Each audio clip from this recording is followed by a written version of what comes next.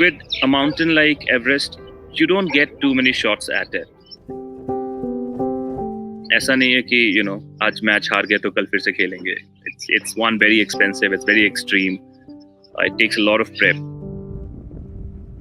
There's only one Everest, and there are 7 billion people in the world. When I did it, we took around 62 days. But then again, we took it very easy. We didn't want to rush anything. We want to be prepared, have the logistics work very, well in advance. But I would say anything between 45 days to 60 days would be ideal for a mountain that large, because obviously you have to acclimatize. And at certain places, it is very difficult for you to maintain a certain speed. You have to be extremely careful. One wrong step and you can fall. It's crazy, yeah. 2013, it wasn't that crazy, to be very, very frank. Not at least as much as the pictures dictate today. It was crowded. You would be stuck in, let's say, a jam for 5 minutes where somebody is changing anchors, or he or she has sat down. It's not moving. So, but it wasn't as crazy as almost 10 years now. If vanity and the applause of a few people are not something that you're living for, Everest is not worth it. If it is for someone who wants to really see a lot of beauty, maybe Everest may not be the right choice.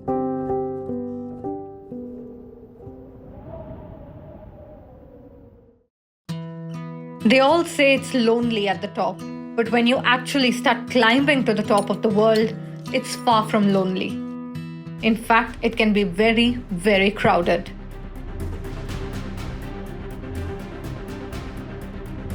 You can shower, you have proper tea houses made with extremely good food. Till the last point, I had a massive menu from pizzas to noodles to local Nepali food that I wanted to eat. And very honestly, it's a luxury to find all of these things till Gorak Sheikh, which is the last point for Everest Base Camp. In the last few days, a bunch of videos have gone viral showing long queues of climbers at Mount Everest. Some succeed, some come back, and some don't.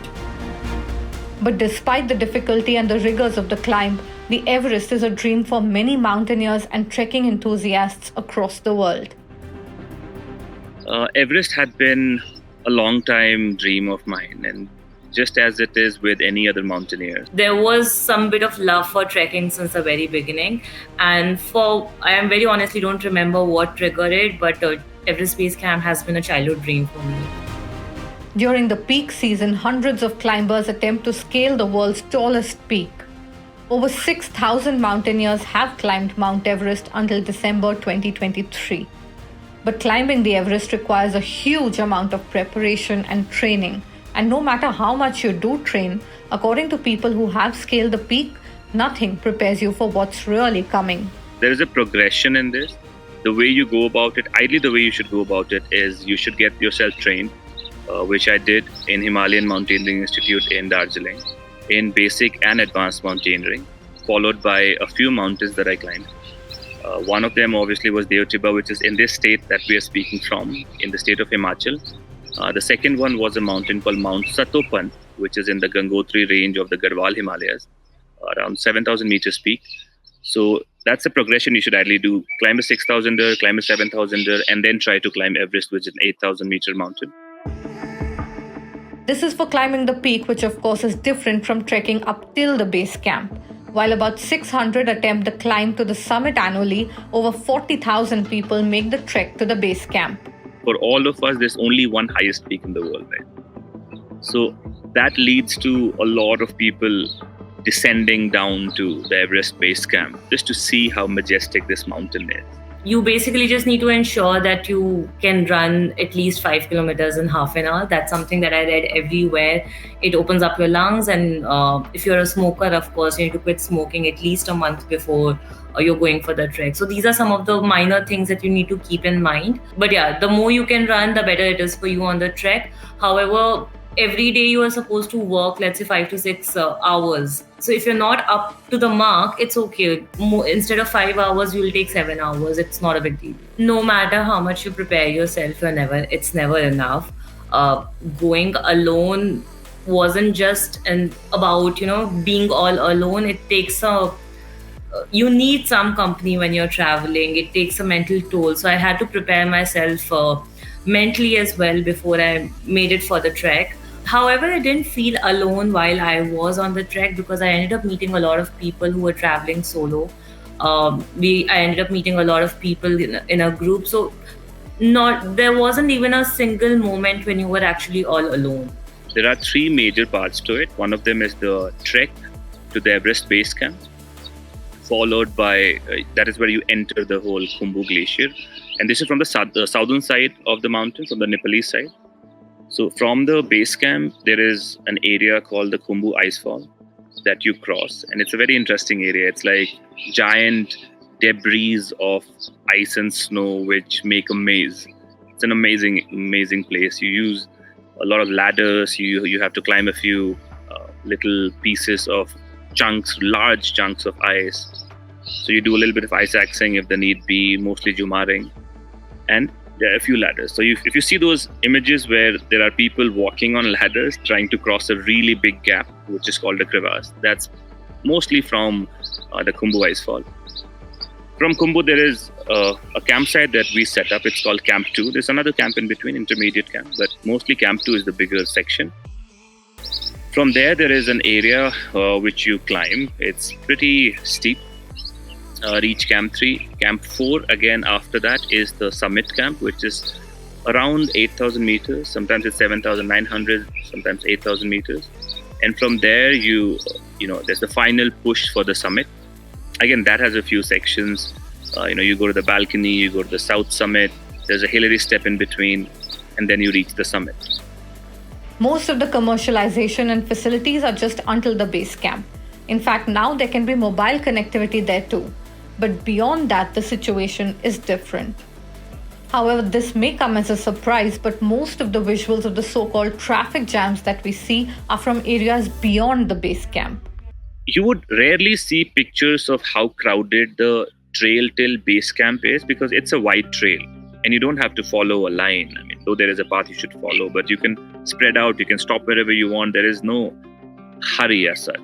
But when you think of the trail ahead of base camp, most of the trail is fixed with a safety line. So the Khumbu Icefall Doctors, a group of Sherpas, or one of these companies gets a contract to fix the rope all the way till the summit, right?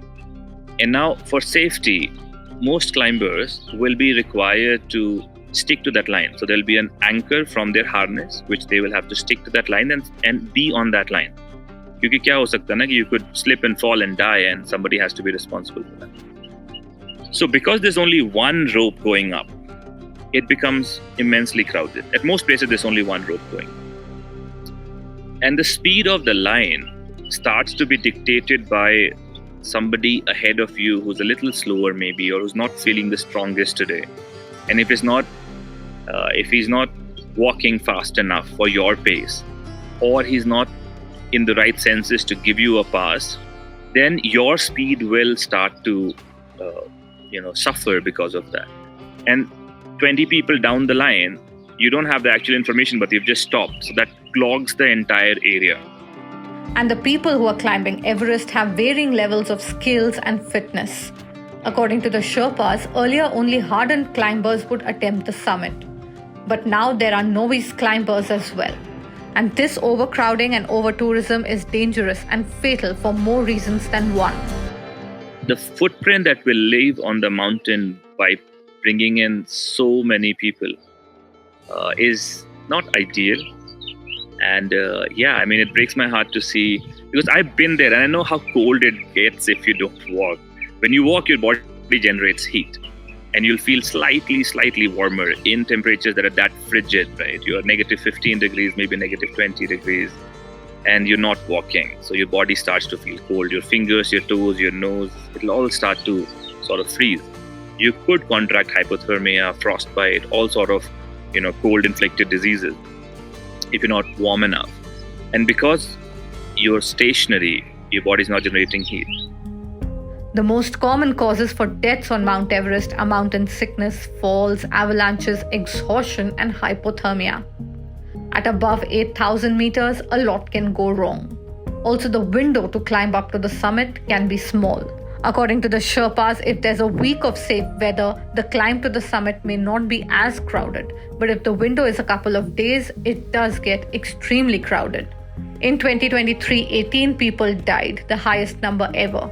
It was also the year when a record number of permits were issued by the Nepalese government, a fact which led to the government receiving a lot of flack. However, the Nepalese tourism department said that overcrowding was not the main reason for the deaths and there were environmental factors also at play.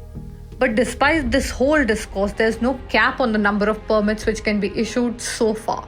According to The Guardian, foreign permits cost 12 lakh rupees each, which are a huge source of income for Nepal. Over 1 million workers in Nepal rely on tourism as a source of income. Now, according to reports, Nepal's top court has ordered the government to start limiting the number of permits issued, and Nepal is also going to make it mandatory for climbers to wear a tracking device.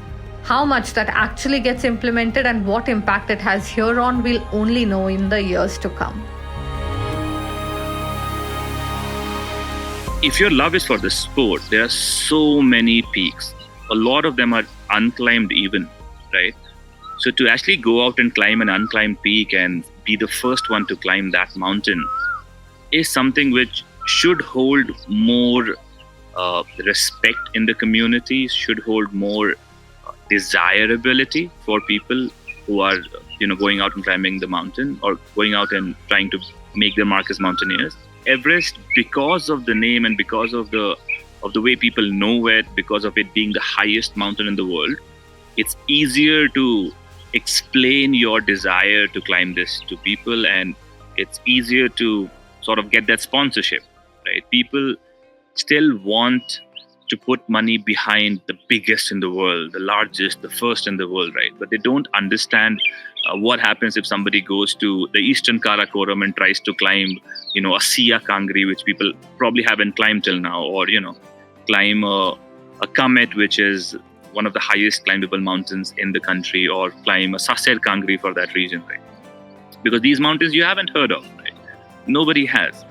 But if you really want to do it for the love of the sport, to prove to yourself how good your skill set is, to find that perfect playground to test yourself, there are so many more mountains which will challenge you in your skill set, with respect to how beautifully can you plan, with respect to how beautifully can you deal with the elements, how beautifully can you read the mountain.